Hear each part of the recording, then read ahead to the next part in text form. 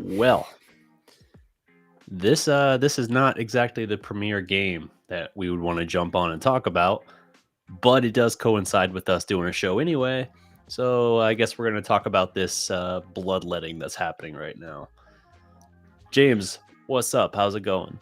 Oh man, when it rains, it pours. You feel what I'm saying? Like we got this who thing looking nice today. I want to give her a shout out. She looked real good today. I like her in that dress.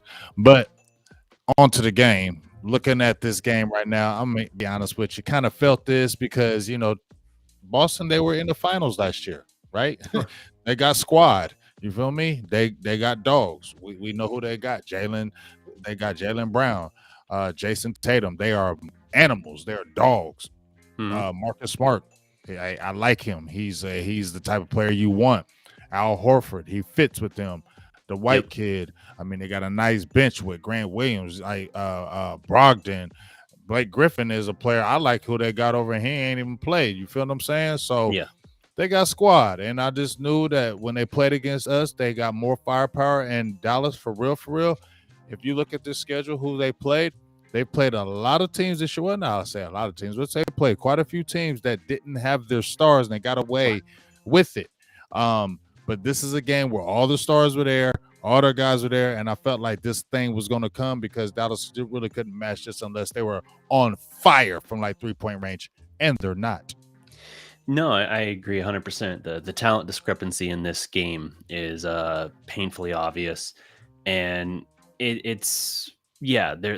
First 17 games have it's been a little up and down. Like there's been some brilliant flashes, but that brilliance has largely been Luca's performance, kind of masking team problems that we've talked about, and it's become apparent at this point that they're not built to make the same sort of run right now. And it's a small sample size, I get it, but like the change-ups have affected a little bit of the chemistry. They don't have the same kind of bounce in their step. This defense is not as sharp as it was last year. I know that they're top 10 in offense and defense, and they're one of two teams in the league that can say that, but they're also, as you said, a team who, when they have every advantage in these matchups, when they're playing teams who are missing one or more star players, they're not taking advantage. They're giving away these games. And I keep hearing people say, like, oh, parity, because Denver, yeah, you lost to Denver without Jokic and all that. But like, it doesn't matter because then you had like Detroit or someone beat them the next night when Jokic was back. And it's like, I'm not trying to hear that. You handle your business. Like, you can only say parity for so long before you look at it and say, like, yeah, but how many teams has this happened to multiple times in the first 20 games? We can think of 4 or 5 of these games now that should have been penciled in wins that you gave away. Mhm. And if it's 1 or 2, probably not going to haunt you for the season. 4, 5, that's going to start to really hurt you and really affect you when you get into that late seeding situation at the end of the regular season. So they've got problems, and we keep harping on this. It all goes back to the offseason, not just losing Brunson, but the fact that the fans were very vocal. Like, okay, you need a third ball handler. You need someone that can create. It can't all be on Luca. And they said, till they were blue in the face, like, oh, you forget we have Nilakina, and he's going to be better. Like Mark Cuban talking about this, and he's going to be better next year. And Josh Green is coming up into his own, and you're going to get Christian Wood. Like, we'll be fine. We'll have the third ball handler, and scoring wise for Brunson, we'll replace that. They're not even unleashing Christian Wood. Has he played 30 minutes in a game yet this year? Right. I saw he's got 5 shots so far in this game, so the opportunities aren't really there.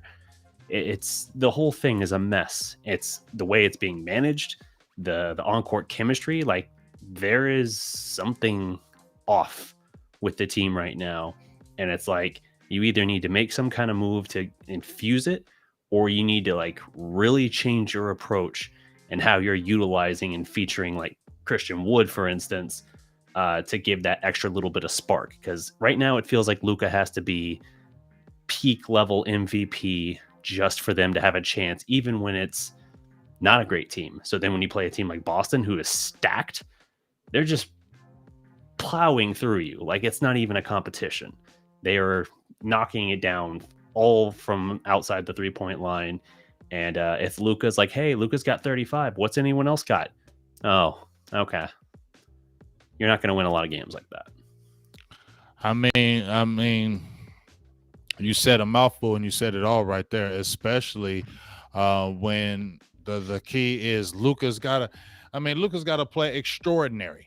Yeah. Okay. Luka has to play extraordinary every single night. He has to for Dallas to have a chance. When we did the show, when Luka sat out, and we already knew they lost. We Yep. already knew. It was almost like when Luka sits out, you damn near want to say that's a loss.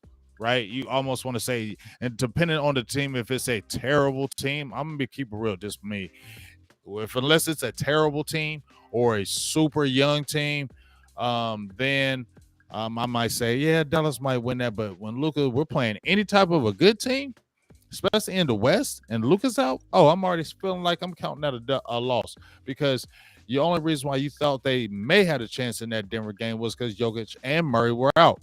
You get what I mean? Yeah. So anytime you look at it, like you said, Luka's got to play 30, get 35, 9, or 35, 15, and 11. You know what I'm saying? He's got to get those type of numbers.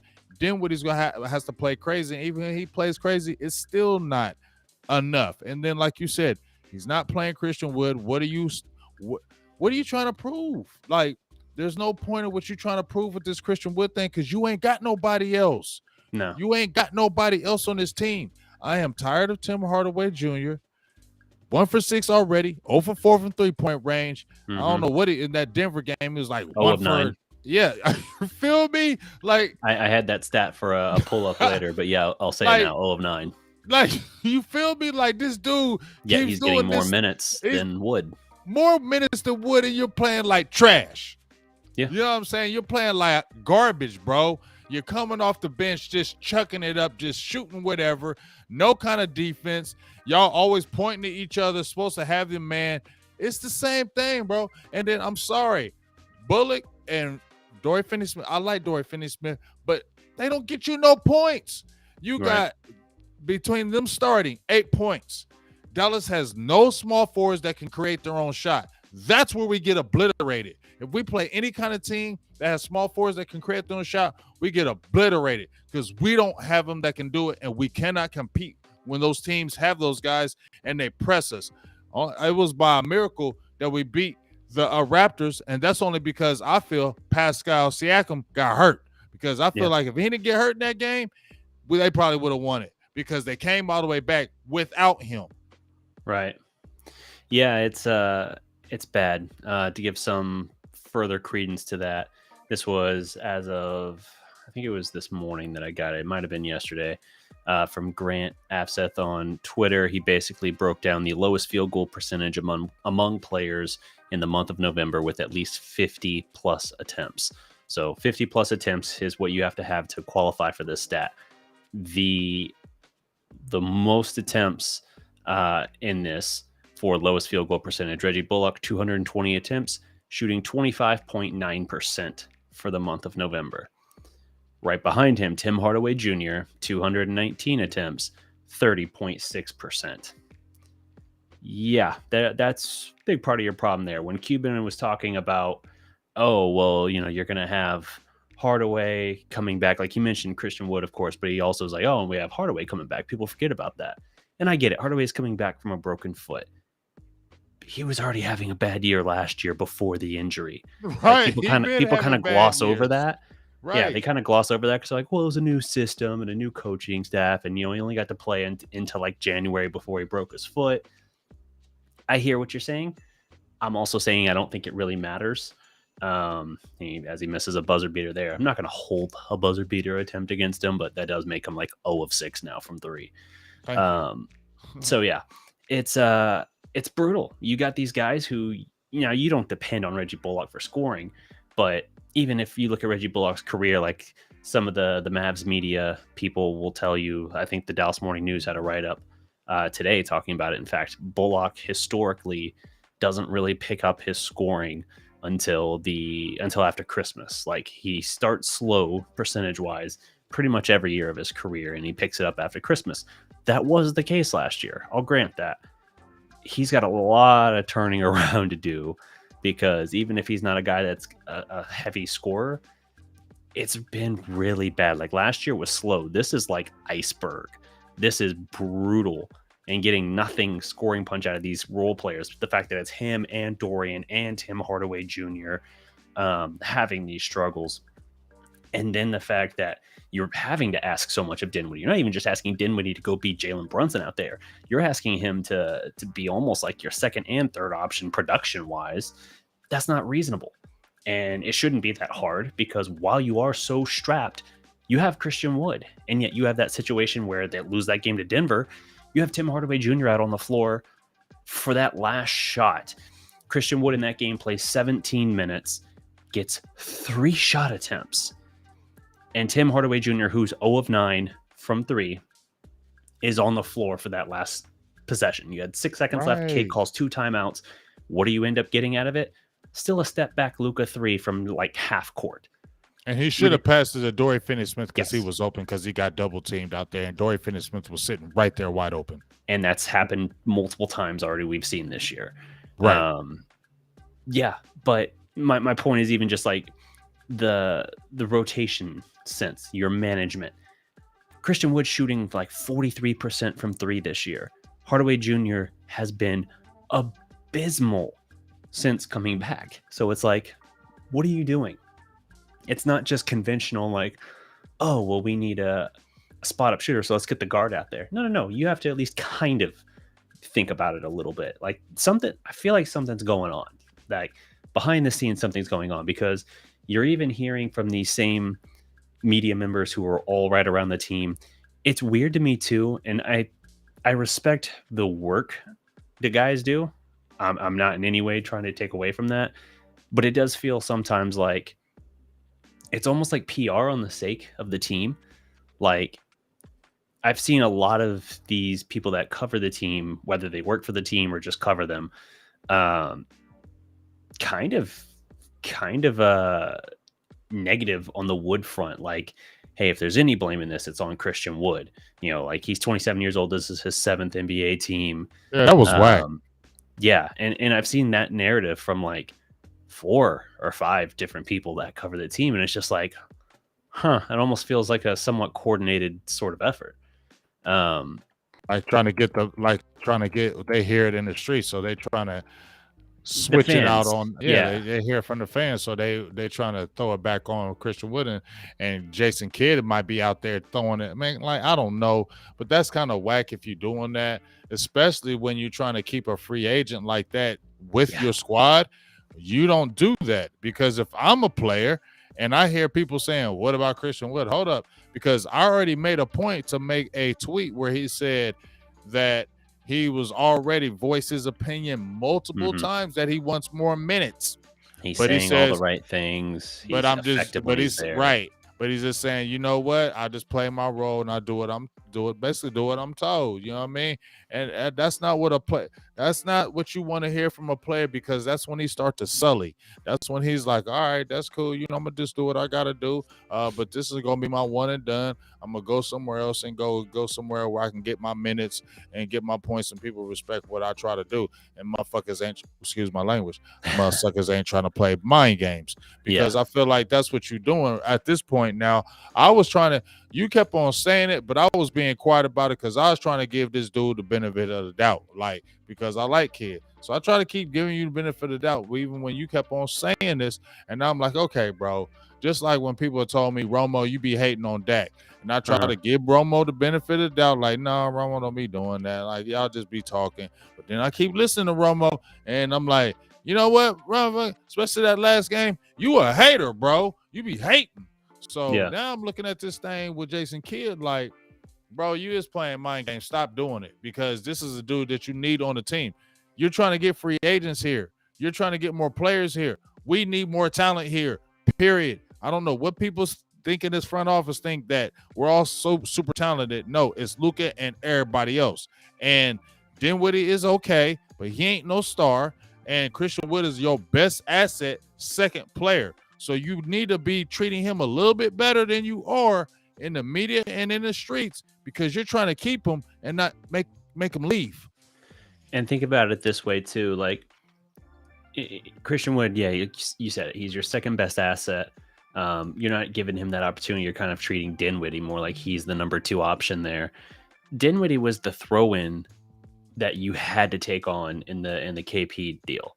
Like you were interested in Dinwiddie and all of that. I get that, but it's also one of those things that like that was at the time panned around the league. Like people hated that trade for Dallas because they just didn't think that Dinwiddie was that good or had that much to offer. And at the time, his stock was very, very low. But the fact that he's turned into anything like he has, and that's been very feast or famine, as we talked about in the playoff run last year, the fact that he's ostensibly your second best option, the KP thing bombed, failed, total disaster. The Dinwiddie rebuild of value was very fortunate for you, but at the time was viewed as a very like bad situation to be putting yourself into because of how much time was left on his contract and the money still owed to him and all that. Essentially, Jalen Brunson was your second best asset. He left you.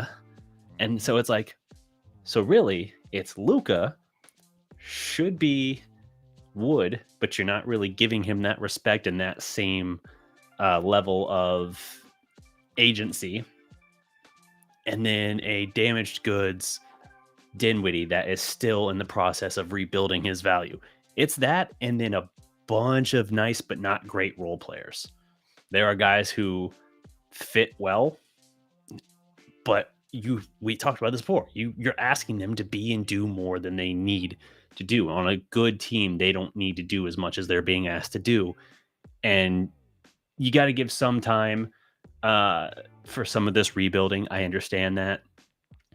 But at the same time, you don't have a whole lot of luxury there for waiting. Luka's got 40 points. Next high score for the Mavericks, I think, is still Dinwiddie with Wood now has 16. That's the gap.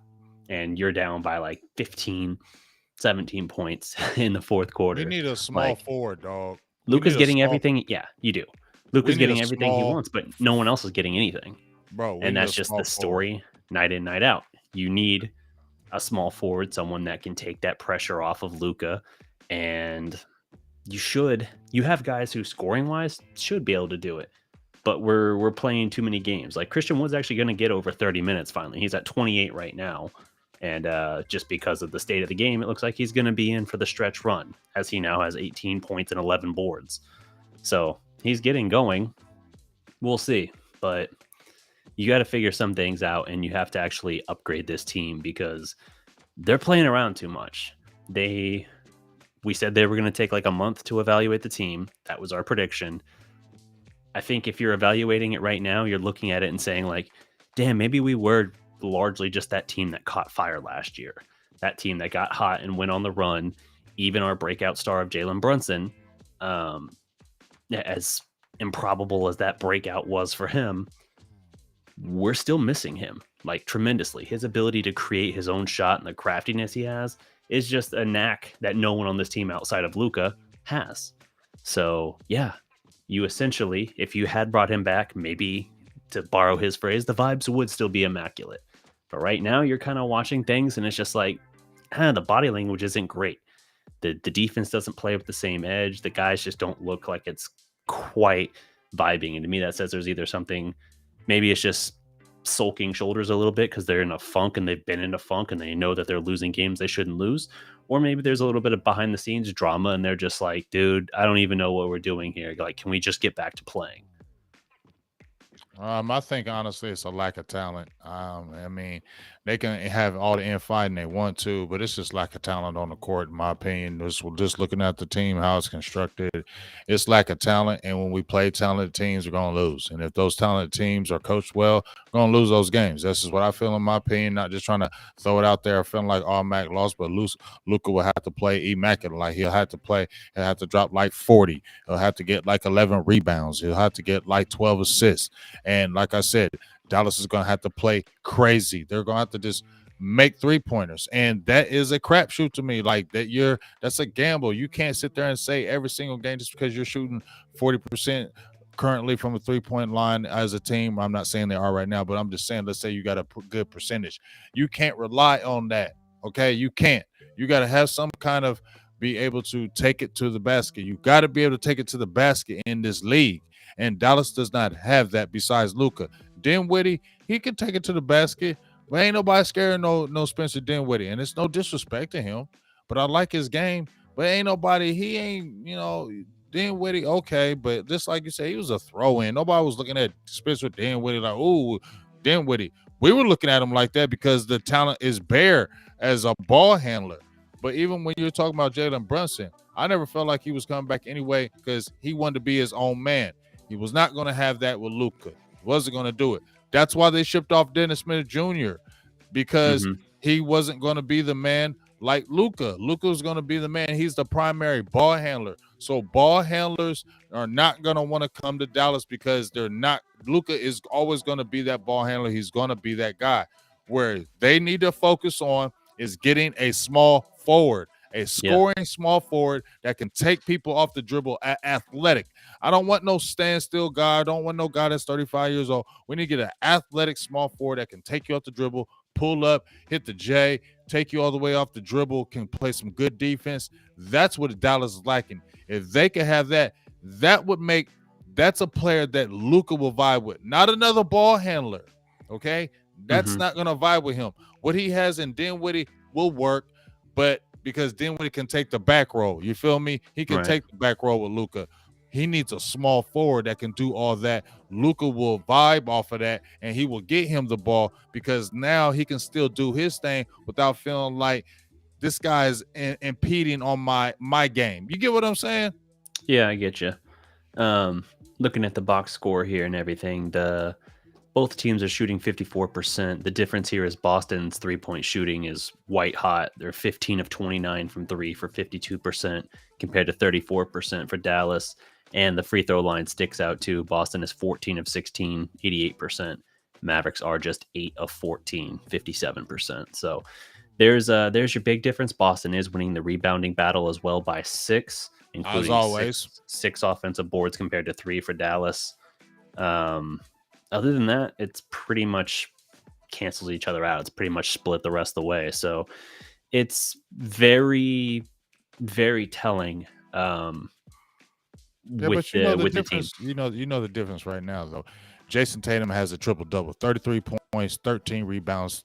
No, no, He does not have a triple double. He has no, 3 no. I assists. was no, I was looking You at were the. seeing the minutes, weren't I you? was no, I was looking at the offense and defensive rebounds. So Oh, okay. he got 10 defensive rebounds, 3 offensive rebounds. I was looking at the 10 and 13. But Gotcha. no, Yeah. 13, 33, and 3. But the difference is what I've always been saying when the Mavericks play somebody, when they play a team, just like I mentioned, like the Toronto Raptors, when they play a team that has small forwards like Jason Tatum, Jaylen Brown, they struggle, especially if those guys can take them off the dribble. They're going to cause Dallas problems right there. And then just on the defensive end, they can really stick up in because they can freelance. They can kind of freelance and float on defense because Bullock and Dorian Finney-Smith are not going to the hole. They're not driving to the hole. They're not doing that. They're sitting on the edge waiting for a shot. That makes it easier for them to hedge and double and put pressure on Luka. And that's what I feel like stagnates the offense. And unless we're hitting the three, then that's when it becomes you Yeah. get deeper in the hole and get behind. We're not a great rebounding team. And when those things that are getting pointed out, that puts Dallas in the hole. And it's hard to climb back in the hole when you only have one guy that can really bring you back. And you're not giving, you just said Christian Wood finally hit 30 minutes. But hell, it don't matter when you're losing by 12. Well, it's 10 right now. Luca just hit a 3 to move to 42 Okay. points. So he's got 42, 7, and 6. Uh, Boston gets a bucket, so it's 12 again. So yeah, it's it's telling, definitely. Like their limitations are on display. I think the thing the team is really lacking compared to last season is, and we've seen flashes of it this year, the defense does not have the same consistency with it. And when I watch Boston, now granted, Boston is a sensationally talented roster. Um, their ability, like their ball movement, is a thing of beauty. Like it is Mm. fantastic, Mm-hmm. very much like the Mavericks in 2011 or any number of those Spurs teams around 2012, 13, 14. Fantastic ball movement. and they can defend as well. They have a plethora of shooters, and they have multiple guys that can attack the basket and get all the way there. That's what Dallas doesn't have. Even if Dallas has its role players hitting well, like last year during that run, Finney Smith, Bullock, they both had moments, but they were basically stationary, spot up. That's what they do. That's their kind of role. As Bullock misses a layup, um, that's basically their role. These other guys for Boston, now I'm not saying you got guys hitting step back threes and all of that, but you have at least a couple other guys that can put the ball in the deck and get to the basket. That's why the 3 guard lineup worked really well for Dallas when you had Luka, Dinwiddie, and Brunson all out there together, because Dinwiddie is effective doing it. And when you had just the two of them, even when Luka was out those first 3 games against the Jazz in the playoffs last year, you still had that combination of Brunson and Dinwiddie who could give you that 2 guard havoc wreaking balance. And then once Luka came back and you suddenly had 3 guys that could do that, it was just chaos for teams. The only team that could deal with Dallas's small ball lineup was effectively and appropriately the architect of the small ball revolution, the Warriors. So it's all very telling. This team's limits. Hey, Bullock made that layup in transition.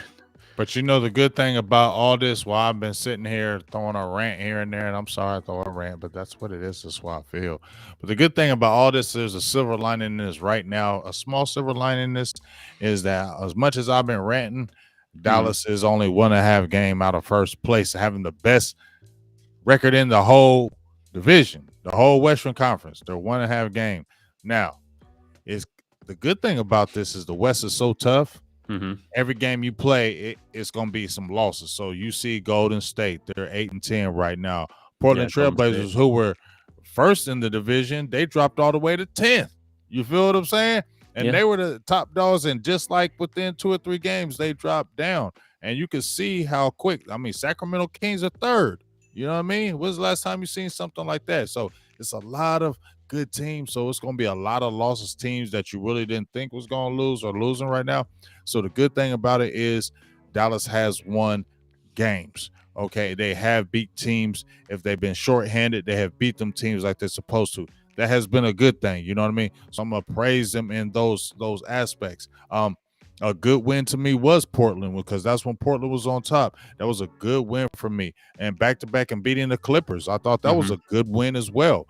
So they've had some good wins. You Yeah. feel me?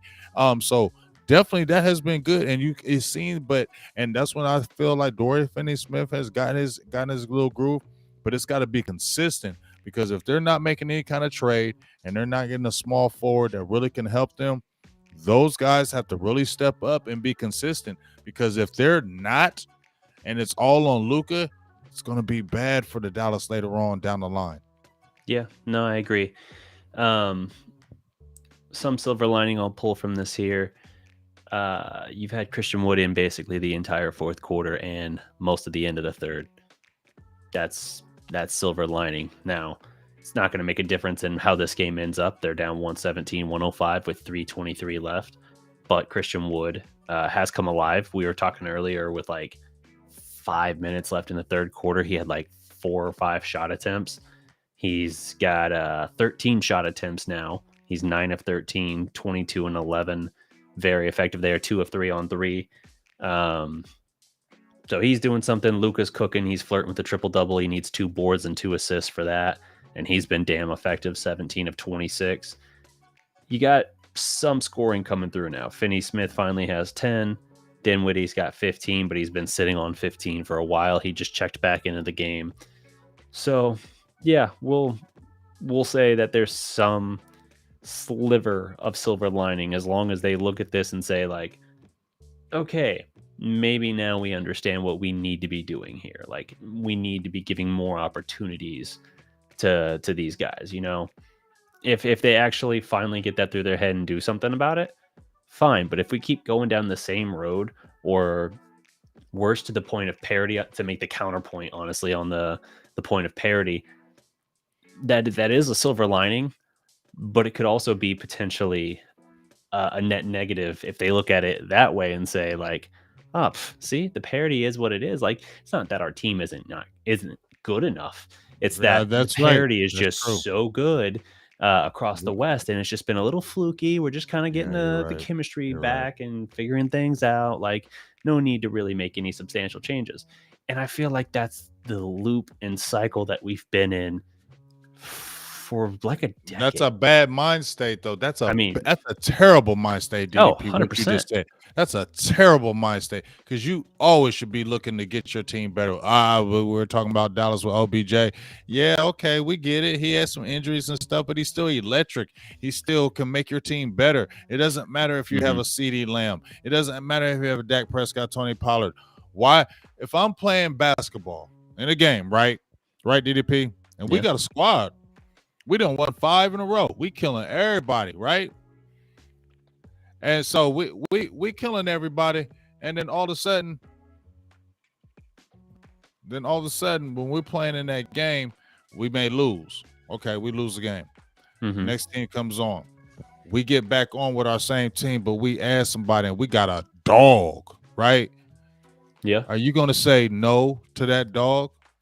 Or you gonna say, no, we ain't gonna play with him because he's too sweet? No, you're gonna pick him up, right? Because we're Yeah. trying to win games. We're gonna add him, we're gonna play game, and especially if he blends with the squad, let's say if you saw him playing and he was like, oh, he nice and he killing them, and he a hard-working player, he come with you, he could just blend right with y'all. You feel me? You never played with him, but you see him from afar and you're like, oh, he'll blend with us. Yeah, he lost. Let's pick him up because he'll play with us because we know our style.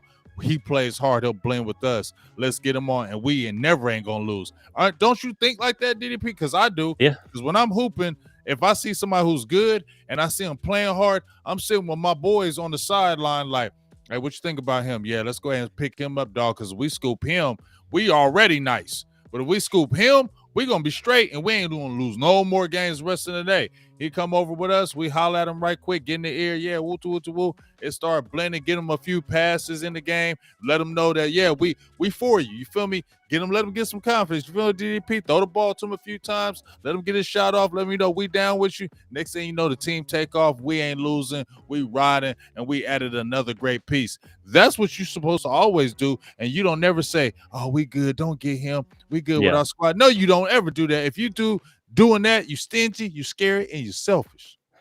And see, I think they've already got that guy. I just think they have to actually That like three take him S's. off the leash. Yeah, I think you've got that in Christian Wood. Like, they're actually letting Wood run right now. Like, they've been running a two-man game with Luca and Wood here, and they're tearing it up.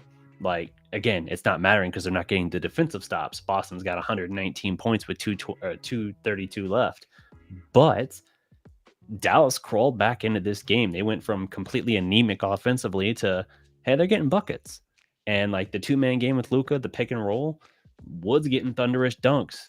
Now he's got to actually convert them. He like, not the dunks, but he got like an and one, missed the free throw just now. He's got to actually like get the gimme with it as well. But they've crawled back into this game, um, actually doing that. And the fact that Wood's got 33 minutes now, and the fact that they're actually letting him get these shot attempts and letting him work with Luca, that's how you're going to build chemistry. You gotta actually have and really utilize that dynamic, because no one's really thrown anything out there that has stopped this two-man game for Luca and Wood. And if Dallas is looking at it as like, well, we're worried about Wood's deficiency and everything, with your offensive efficiency with him and Luca on the floor together, it's so high that it, even if you have defensive deficiency, your net rating is still a positive, like a strong positive, because you're killing them so badly when you have the ball. So I just think they have to make adjustments there. They have to look at and consider um, what they can do, as Tatum just swatted a Luca finger roll. That's not something you see very often. And free But throw shooting is terrible once again, 58%. mhm, Terrible once again. yep. That's no excuse for that. Yeah, I agree. I just think Dallas needs to be very aggressive in what they do. I don't want them to wait for the deadline. I Yeah. want them to do Yes, they need to something be aggressive. I soon. totally agree. Yes. I want them to do something Who here would you very who would soon. you want? You remember mentioned to me before we get ready to get off Uh, of here. You meant was this what was it, Sadiq Bey? Is that yeah, is Sadiq that, Bey. Yep. So who you feeling? Who you want? Who would you want if if it could really happen, like something that really could happen? Who you want out there? What, like as far as Dallas acquiring? Yeah, Um, Sadiq Bey is an interesting one that'll give you some more 3-point shooting, but I don't know if it's going to address all of your problems. I just think that with kind of what Detroit has and what I think the price for him is going to be more manageable because, like, unlike like a Buddy Hield that I've mentioned, it's not, it's a rookie contract compared to a guy making a lot more money like Buddy Hield does. So I think there are more opportunities there to get that now because he's a young talent. You might have the possibility of Detroit wanting more than you really care to give up. But at the same time, I would say you don't really have untouchables on your roster right now. Like, we already know Hardaway is being showcased. There's no other explanation for what Hardaway is getting minutes and opportunity wise, unless you're just trying to like hope and pray he knocks off the rust and starts going on a hot streak so that you can ship him at the deadline or earlier, ideally. That's the only explanation there. So like guys like that, they don't really want to move on from Bullock, but I would say you certainly, because of Bullock being 31, 32, you have to be open to it, even if he does round into form, because you certainly can't bank on him going another deep playoff run of 38, 39, 40 minutes a game, like that's just not a reasonable expectation. So I would say Sadiq Bey I, is an interesting one for sure, but there's other options of interest for me. Buddy Hield, I remain adamant that I think that's a phenomenal acquisition and a major upgrade on Hardaway while being a comparable contract anyway. yeah, I would definitely go with that. I hear a lot of Mavs fans screaming for Christian Wood to start. I feel them, but at the end of the day, look, man, he's probably going to keep coming off the bench. I don't care if he starts now. Just let him finish. Okay. I Yeah. don't stop talking about him starting all the time. Let's get over that him starting. Who cares? Let him finish. It's not who you start. It's not how you start. It's how you finish. I want him finishing games like tonight, even though they got blown out like I thought they would. At least let get him the minutes where he's finishing, because maybe Jason Kidd starts feeling more comfortable where he's finishing the game. So that's the positive that I want. He's getting the most minutes that he has. He finished more of the game. So I don't care about him starting. I want him finishing. You know what I'm saying? Yeah. But more than even that, just you know, just game, man. Just I don't know. I just feel like, you were mentioning Sadiq Bey. I think that maybe the Detroit Pistons may try to up the ante because he's done pretty well this year. So they might try to get a little greedy and try to go more than where you would really want. But I really feel like Dallas needs to get some kind of a small forward in here with Luka, get aggressive, and make something happen, and just don't be content with what you have. Because if you got that, it will really help this team. Like, it would really make this team a whole lot better if you could just got that small forward scoring defense. Hmm. Man, it would make this team strong. We would instantly change this team. So Sadiq Bey this year is averaging 14.7 points, 4.8 boards, 1.6 assists. His field goal percentages aren't great right now, and maybe that's why he's more obtainable. Maybe 40.8% from the field and 29% from three. 92% at the line. That's good. His effective field goal percentage, 47.9%. So the tools are there. I think the fit would be there. But I think if it's true that he's available, I think there's going to be a market that's going to be difficult to contend with. Like, there are going to be a lot of teams willing to make a move of some kind. And so, do you have the best package available for something like that?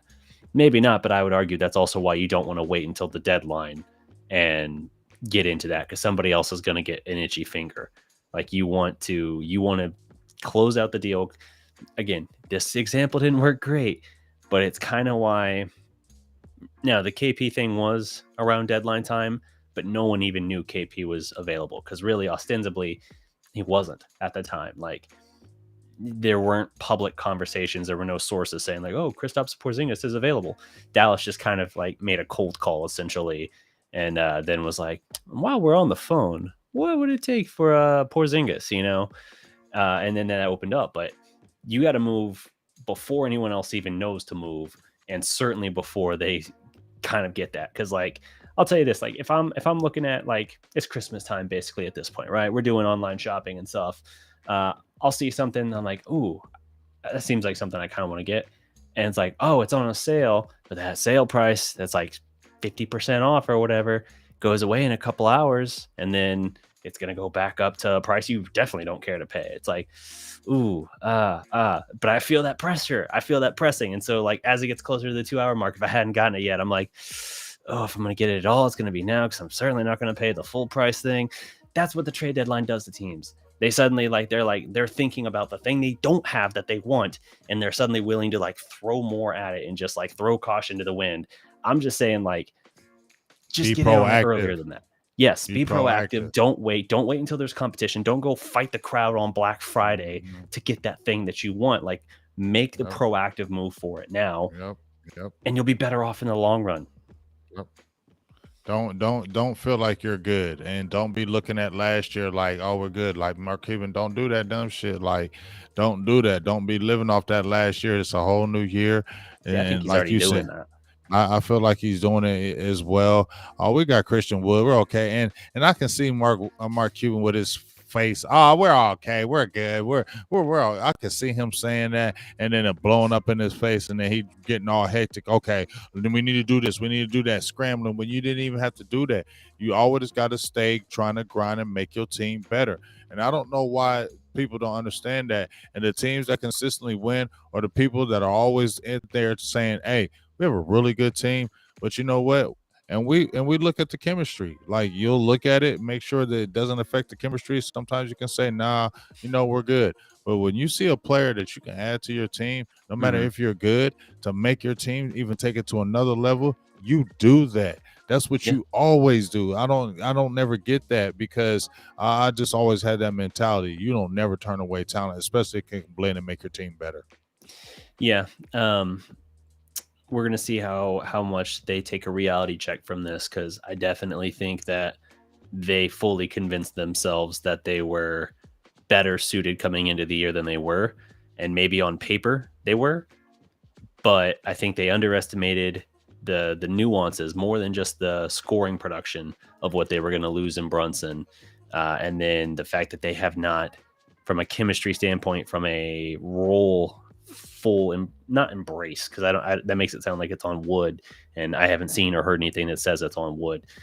From an implementation standpoint, they have not really given Wood the role that we expected. And so I think that has also kind of put a little bit of a cap on it, where even what we thought they were going to be on paper, they're just not that right now. And then you got a bunch of guys who are starting the season shooting cold, and you're messing around with teams you shouldn't mess around with, and situations you shouldn't mess around. It's been kind of a chaotic, imperfect storm for this kind of frustrating start, which now they're what, 9-8 now. Um, some good moments, but a lot of bad ones. I'd say it's kind of feels like it's, like a 500 team that happens to have an all NBA talent on it. That sounds about right. So we'll see what they do. Yeah, we'll definitely see what they do, man. Well, they took the L, and we got upcoming games coming up, so be interesting to see as we push forward. Mavericks are 9-8 now. They don't have the greatest road record currently, but they have a pretty good home record, Hmm. so that's a good thing. But got a tough matchup against the Raptors. Escaped on that last game, and it's at Toronto, so that's going to be another key game because what we just talked about, they're the small forward team. They Yep. roll with those small forwards. They're coming at you with those waves of those guys. OG Open Eye, he's going nuts. He's really Yeah. blossomed. Pascal Siakam, they got guys that they're just Scotty Barnes. They're really going to attack you. I think your boy Van Fleet might be ready. My dog Gary Trent Jr. So it's going to be a tough game, especially up in Toronto. So that'll be another game, and it's going to be an early game. DDP, it's going to be a 5 o'clock game. So Mm. we'll see how that one goes. and see to see how what happens. Yeah, for sure. But that'll wrap up the stream for tonight. Thank you to everyone who tuned in the chat. Appreciate you all. We'll be back next week, usual time. Didn't let's see. So yeah, the 30th. Yeah, we'll be good for that. So hang tight. We'll be back to talk more. Subscribe to Big Game James. Subscribe to the Dallas Prospect if you haven't already. Drop a like, leave a comment, all that good stuff. And until next time, guys,